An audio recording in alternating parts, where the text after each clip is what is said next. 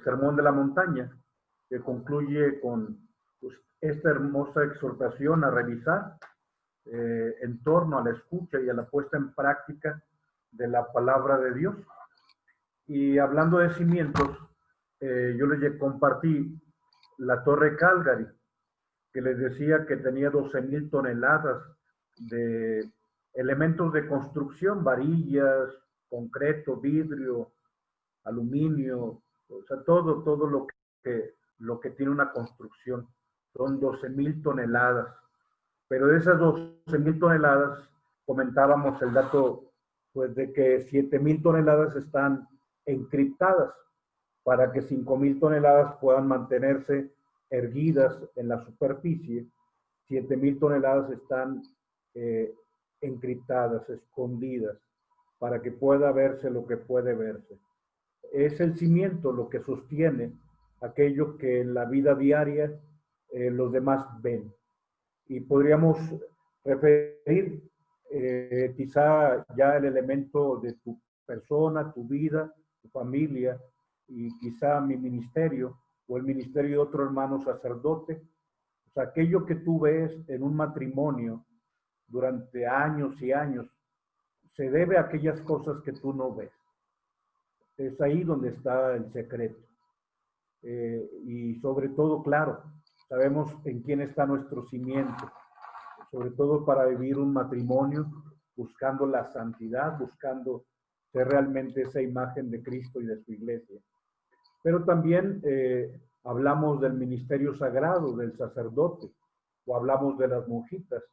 O sea, aquello que tú ves que ellas o ellos o nosotros hacemos, es gracias a aquellas cosas que tú no ves y que no necesitas ver, pero que tú simple y sencillamente sabes que cuando ves algo que se sostiene, se debe gracias a aquello que está encriptado, aquello que no se ve y que puedes interpretarlo y deducirlo. Pero bueno, aparte de hablar de la Torre Calgary, hoy te he querido compartir estas fotografías de un lugar pues, realmente extraordinario.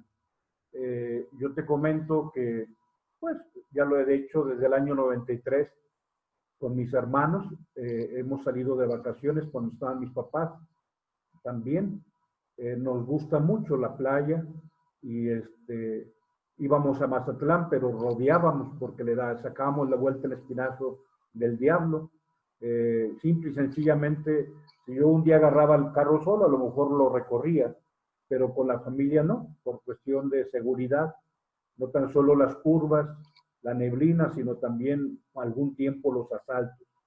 Pero un día, bueno, algunos presidentes se dieron la tarea de construir esta joya de la ingeniería, el puente Baluarte Centenario, que pues prácticamente fue Felipe Calderón quien lo inició y le tocó a Enrique Peña Nieto irlo inaugurando en algunas de las etapas.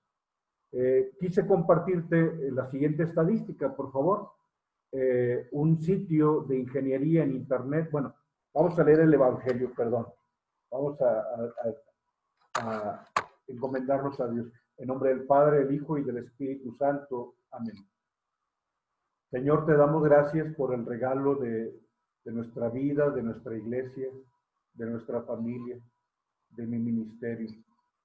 Gracias por nuestra vida cristiana. Gracias por la vida de apostolado.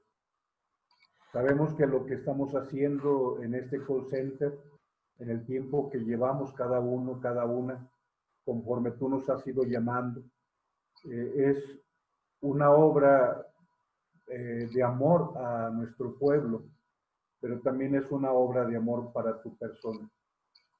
Es una obra y una acción de amor para el más pobre, pero es también una obra de amor para ti, que te manifiestas también presente en el más pobre.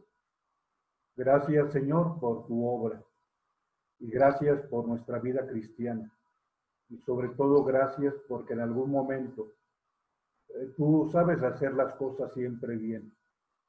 Un día esa vida cristiana, quizás de costumbres o de herencia, obtuvo cimientos más profundos que han hecho de nosotros no tan solo aquellos que buscamos atender nuestro compromiso personal, sino también un compromiso como iglesia, porque nos sabemos iglesia, porque somos tu pueblo, porque somos linaje tuyo, linaje sacerdotal, porque somos nación santa.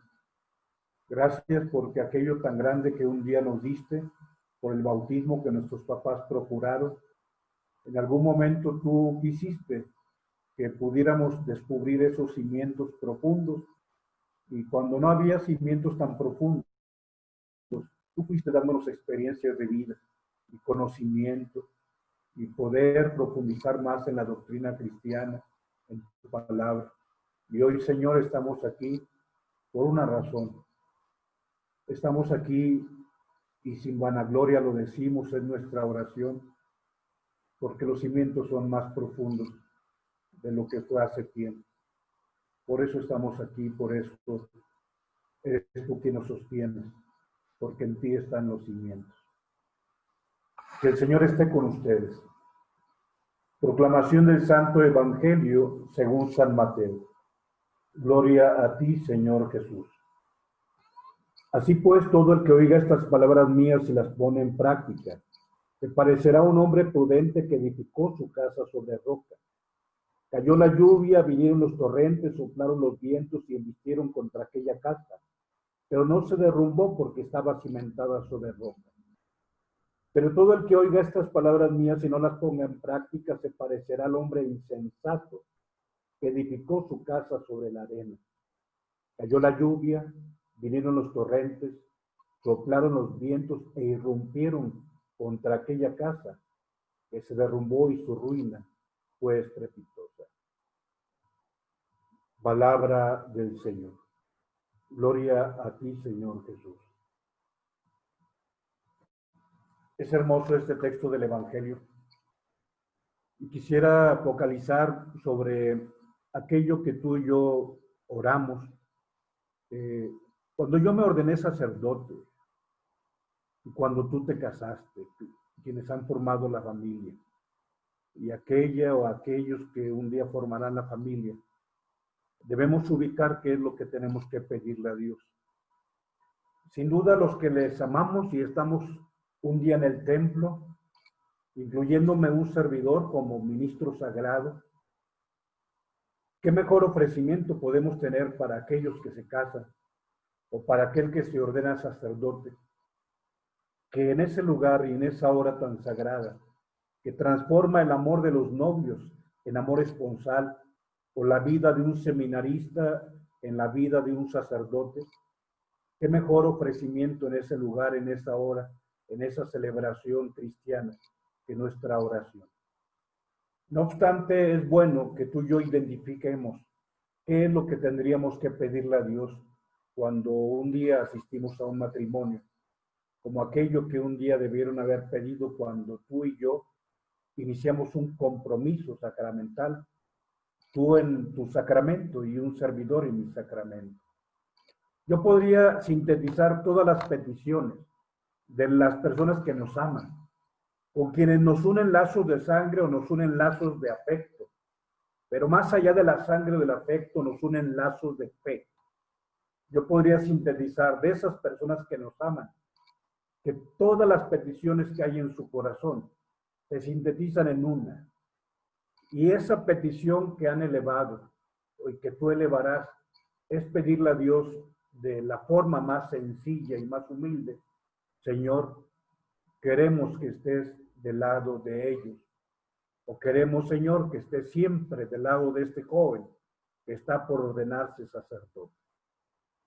Tú dirás que esa oración es bella y yo también digo que es bella, pero quiero decirte que no es la oración más importante que tendría que hacerse en una celebración como es la celebración de un sacramento, del matrimonio, del orden sagrado, o una celebración de consagración de una monjita.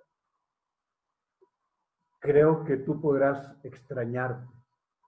Como dice el padre Rogelio, que pedirle a Dios que esté del lado del que se casa o de quien se ordena o de quien se consagra no es lo más importante, y reitero, no, hermano, No, hermana, no es lo más importante. Bueno, padre, ¿qué entiendes? Como para que digas que no es lo más importante por esa interpretación que tú haces de lo que está en el corazón, que está orando, que dice que quiere que Dios esté del lado de quien se casa, hablando concretamente del matrimonio. Bueno, yo entiendo que cuando alguien pide que Dios esté del lado de quien se casa, pues le está pidiendo que sea feliz. Oye, ¿y es malo pedir que sean felices? No, pero no es lo más importante. ¿Qué entiendes tú, sacerdote, por pedirle a Dios que esté del lado de los que se casan?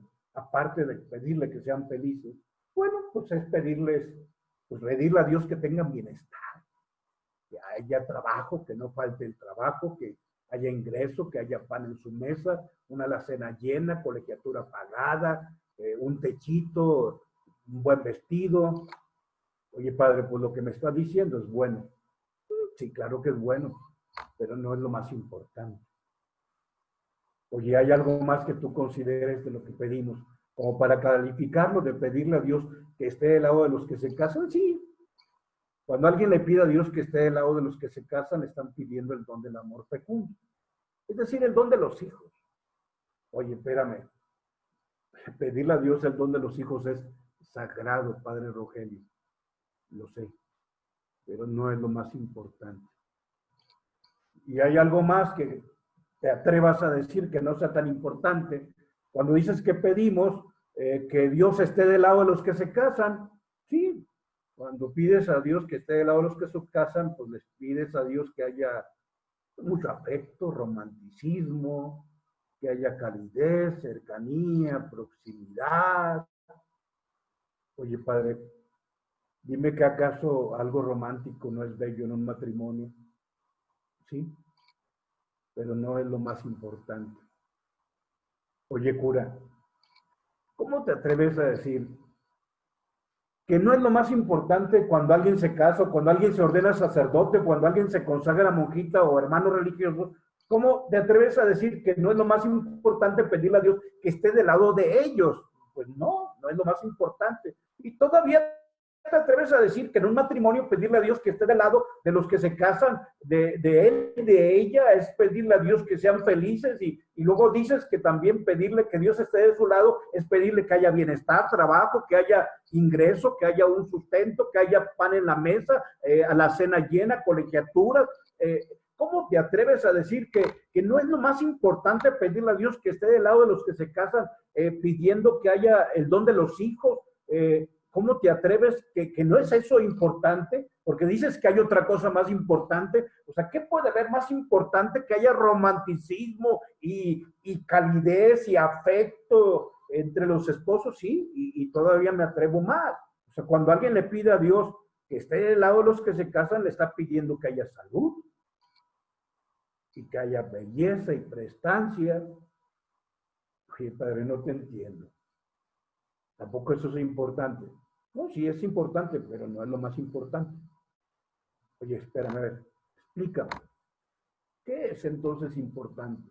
Según tú, Padre Rogelio. Mira, más importante que pedirle a Dios que esté del lado de los que se casan, es pedirle que los que se casan estén del lado de Dios. ¿Me entiendes? Lo explico.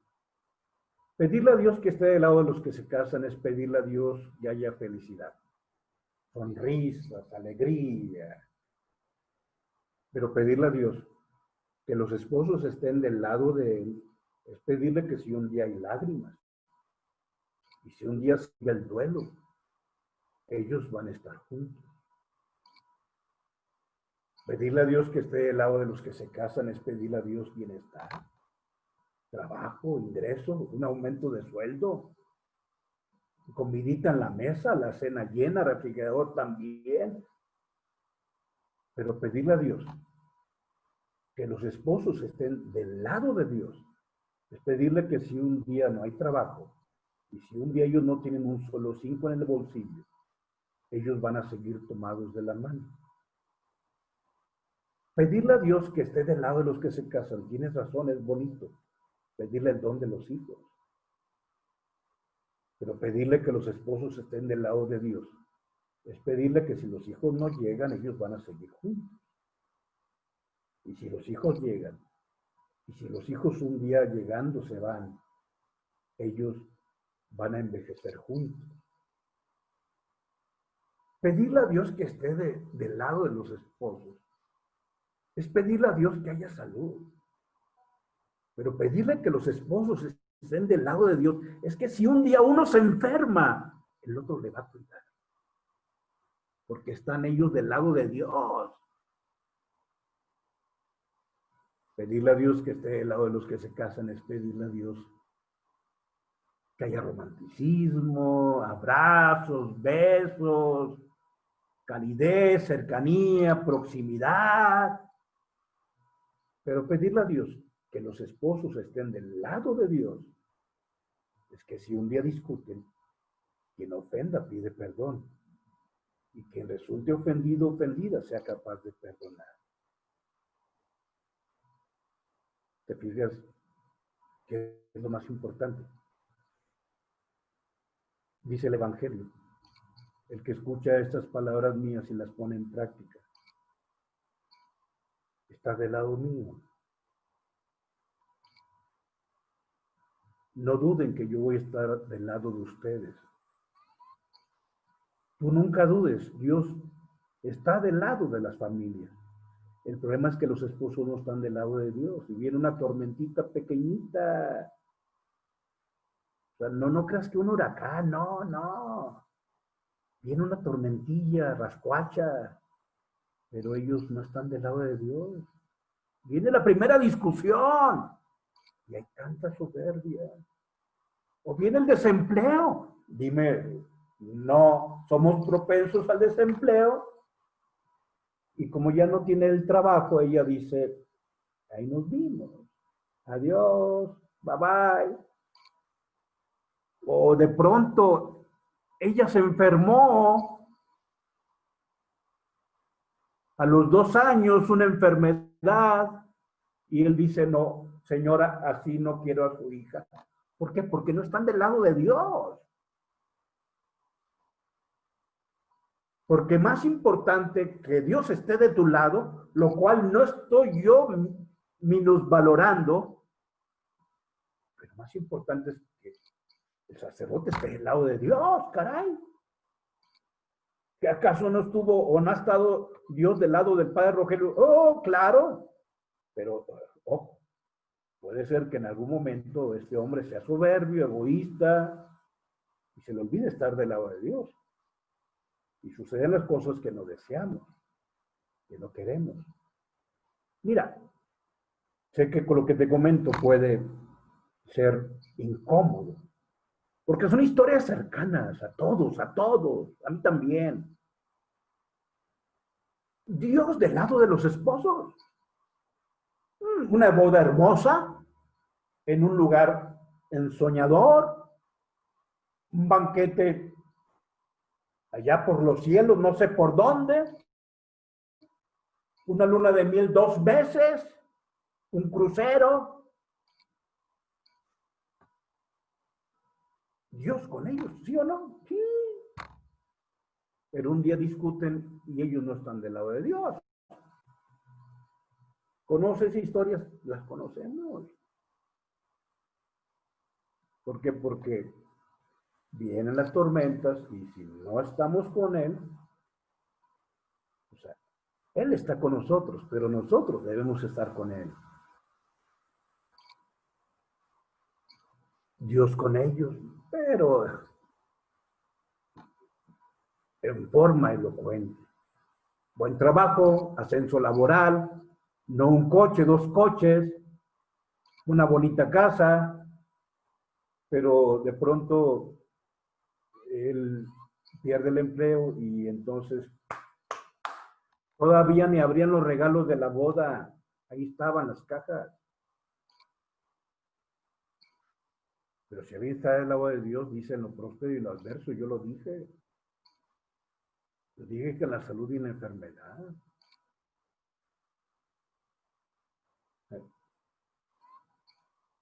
El que oye estas palabras mías, las pone en práctica, se parece al hombre prudente. El que no escucha y no pone en práctica es insensato.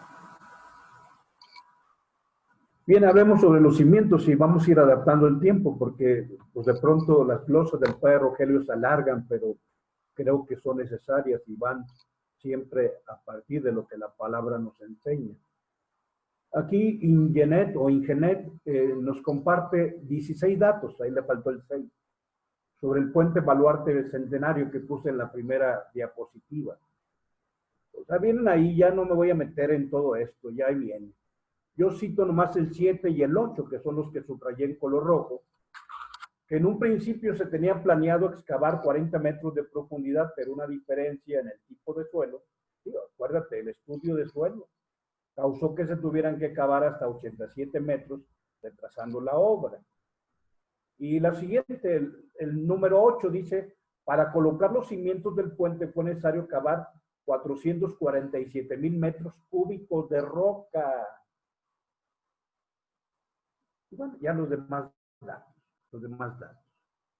Bien, vamos a la siguiente diapositiva que dejamos en suspenso en la tarde, sobre, acuérdate que hablamos de tener una meta, tener una misión, tener un proyecto, pero una vez que sabes el qué, o sea, eso es la meta, la misión, el proyecto, busca los cómo, y los cómo son criterios.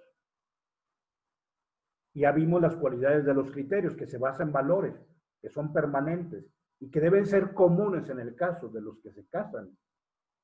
Bueno, la Universidad de Brandó en el 1993 determina qué correlación existe entre las experiencias compartidas de un estudio y la tasa de divorcio, y perciben, bueno, que las parejas que comparten criterios y metas, o sea, tener un qué es tener una meta, tener un cómo son criterios.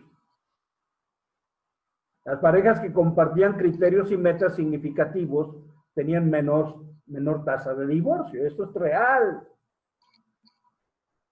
O sea, claro que la gracia de Dios, claro pero a veces lo que ya te dije, Dios conmigo, pero yo no estoy con Él, caray. Es que los que se divorcian es porque Dios los dejó. No digas insensateces, Dios nunca deja a nadie. Más bien nosotros dejamos a Dios a un lado. Y habla del elemento religioso. Parejas que iban juntos al oficio religioso tenían un 25% menos de probabilidad de divorcio. Y cuando alguien llegan, esto es bien importante, de pronto la complicación en el matrimonio es porque los dos hablan un lenguaje distinto. O sea, él sí es religioso, pero por ejemplo, mientras que ella busca conocer más la Biblia, él dice, bueno, que estudie la Biblia mi esposa. Y mientras que ella busca la celebración, la visita al Santísimo, él dice, bueno, mi esposa pide por todos los que no van. O sea, no hay problema. O sea, al final de cuentas, podemos ver a hombres muy respetuosos de esa vida interior que tiene la cónyuge. Pero cuando los dos llegan a tener esa capacidad de sentir la necesidad de Dios, de amar a Dios, de sentirse amados por Dios, de ir a la Eucaristía, de disfrutar un rosario, de leer la palabra de Dios, de visitar al Santísimo Sacramento. O sea, cuando ambos llegan a coincidir, todavía es mucho menor la probabilidad de ruptura. Pues, bueno, la conclusión de la Universidad de Brandó dice que las parejas que comparten metas significativas, el qué, forman un vínculo emocional fuerte entre ellos. Y voy a atreverme a compartirte la siguiente diapositiva. ¿Te acuerdas que Alfonso en la mañana nos hablaba de que su familia tenía una misión? Yo pues le compartí la presentación de la tarde y él me escribió algunas palabras de gratitud y todo. Y dice, padre, te comparto la misión de mi familia, la familia González Fernández y Carmen. O sea, ¿cuál es su misión? Fíjate, formación, aprender. O sea, saber que estamos todos en proceso. O sea, yo puedo tener 11 años de haber estudiado en el seminario y pude haber sido maestro de tiempo completo 10 años, más los años que no estaba dentro del seminario como formador, sino que iba como párroco del Rosario, o vicario de San Juan Bosco, o párroco de la Natividad. Pero yo sé que cuando dejo de crecer empiezo a morir. Yo te compartí hace poco algunos de los libros de la maestría.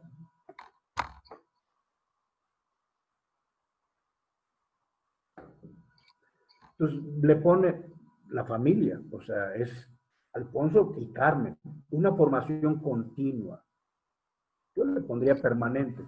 Ellos escogieron la palabra, claro, para cumplir de la mejor manera y con amor incondicional la misión de cada uno, o sea, el esposo, la esposa, el papá, la mamá, el hijo, la hija, el hermano, la hermana, cumplir de la mejor manera y con amor incondicional la misión de cada uno en familia. O sea, es el qué. Viene ahora el cómo. Adelante, la siguiente diapositiva. Los criterios, que son los valores. Fe, Dios, iglesia local, creer en cosas grandes, orar, dar gracias, ser administradores, obediencia, humildad, aceptarnos con nuestras habilidades y nuestros defectos y vanagloriarnos por ellos, que la humildad, sencillez nos ayuden contra la soberbia.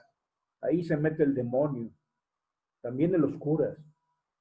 No ser pretenciosos, interesados ni egoístas, como lo es una persona soberbia, en la medida de lo que podamos mantener un perfil bajo, docilidad, benedicencia, para decir el bien, integridad, la verdad, ser honrados, honestos, tener respeto, ser responsables, tener control emocional, tener respeto por sí mismo, puntualidad, lealtad, pulcros, disciplinados, congruencia, firmeza en nuestras acciones, ser alguien en quien se puede confiar, solidaridad con nuestra familia y familias, amistades, iglesia local, apostolado, comunidades locales, orden, seguir una metodología que te ayuda a cumplir mejor tus metas contempladas en tu plan de vida, tener las cosas en el lugar que les corresponde, dejar las cosas y lugares ordenados como si hubiéramos estado ahí, perseverancia, mantenernos firmes y constantes en nuestras responsabilidades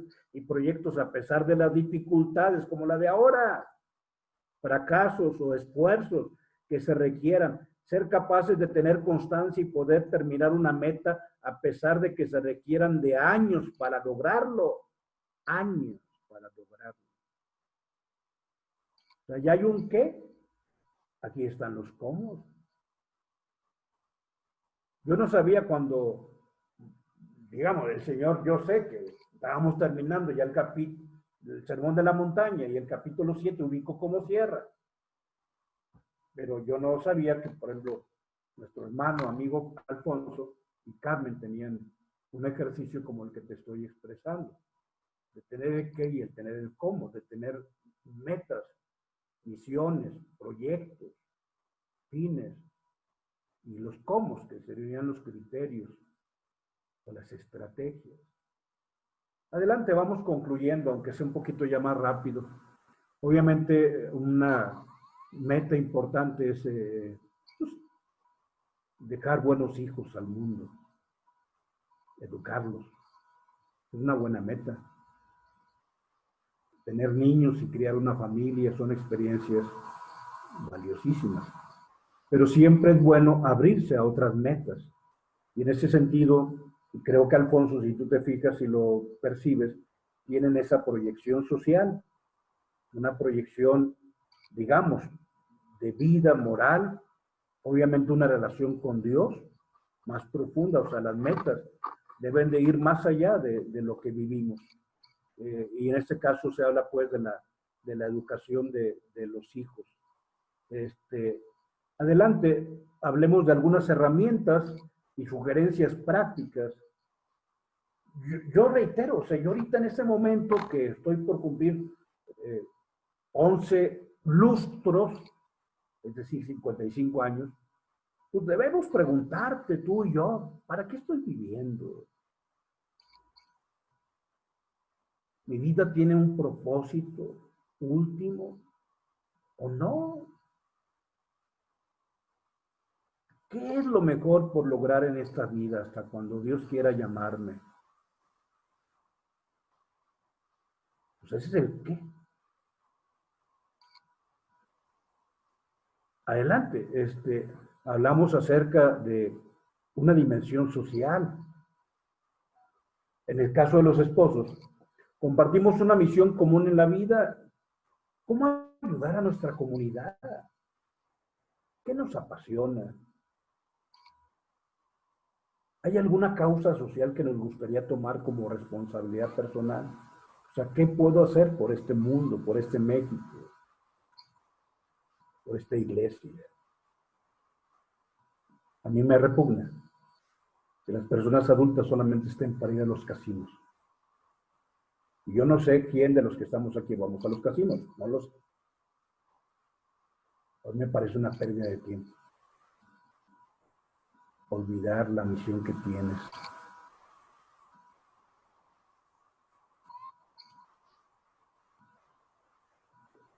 ¿Te acuerdas de la expresión de Marco Aurelio que decía, todo en este mundo tiene una misión? ¿Cuál es la tuya? Para el placer. Mira si es digno de considerarlo. Están las diapositivas que ya te compartí. ¿Para qué estamos aquí? También un apostolado adelante, que creo que es lo que estamos haciendo. O sea, aparte de ver qué puedo hacer por la sociedad, o sea, un matrimonio debería explorar qué puedo hacer para que su fe impacte en su familia y otras familias. O sea, porque al final de cuentas, que impacte en otras familias te beneficia a ti, porque son los niños con los que tus hijos van a convivir. Y qué mejor que vayamos compartiendo las cosas buenas. O sea, como el polen, la polinización. Si todo tu entorno es de incredulidad, pues ¿qué crees que va a recibir tu hijo cuando platique con los que están en su entorno? O sea, tú debes compartir la buena semilla con los demás, porque en la medida en que compartas la semilla de tu buen trigo, las abejitas y el aire que traen el polen de las otras plantas te benefician a ti. Pero si en torno tuyo, aunque tú tengas el mejor grano del mundo, si en tu entorno existen plantas, hablando de botánica, de la flora, que son de ínfima calidad, pues esto va a hacer que tu planta, por muy excelente que sea, va a recibir influencias no adecuadas. Termino ya, porque si la misa de 8 ya se alargó mucho, padre. Esta frase de George Bernard Shaw. Este hombre, la verdad, yo me gusta leerlo, pero es un hombre, es irlandés. Recuerda el efecto en los irlandeses, que hay personas de una fe increíble, como Fulton Sheen, pero hay gente que critica y con motivos reales, verdaderos a la iglesia, en su inconsistencia.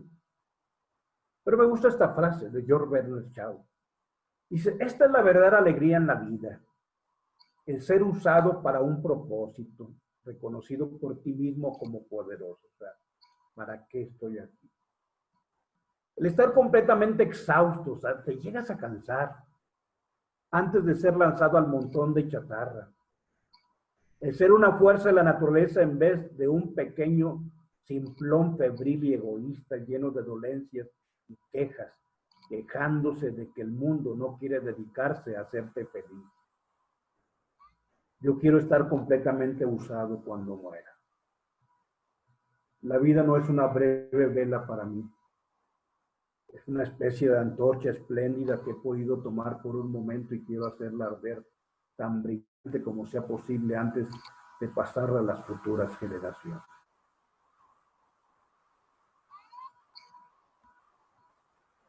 Que el Señor pues nos conceda tener propósitos y que descubramos los criterios para lograr esos propósitos.